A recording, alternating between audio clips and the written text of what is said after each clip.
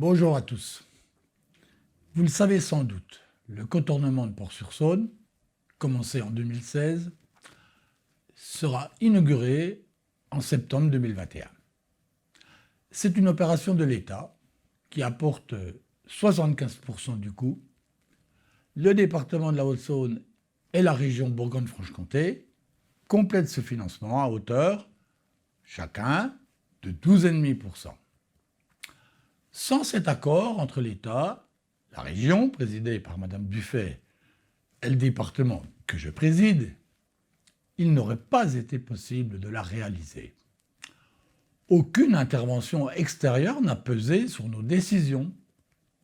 D'ailleurs, nous n'en avions pas besoin.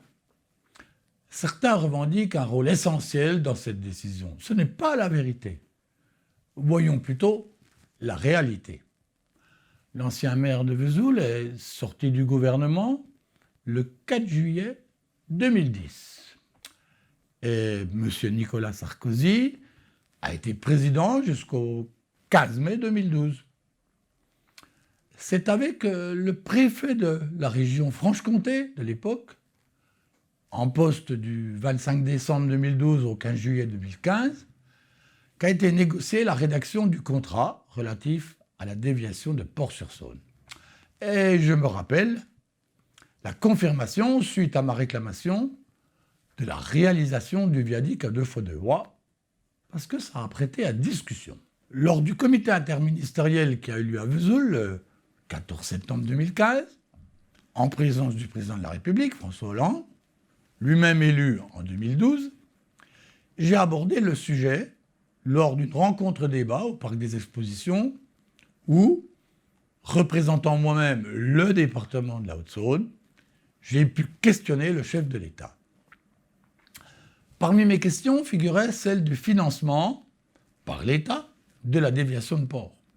Ce jour-là, François Hollande s'est engagé publiquement à inscrire les crédits à partir de 2016, ce qui a été fait et confirmé depuis par les gouvernements qui se sont succédés. En ma qualité d'administrateur depuis 2008 de l'Agence de financement des infrastructures de transport de France, je prête évidemment une attention toute particulière aux investissements de l'État sur les projets qui concernent notre territoire. Et je connais parfaitement les procédures suivies.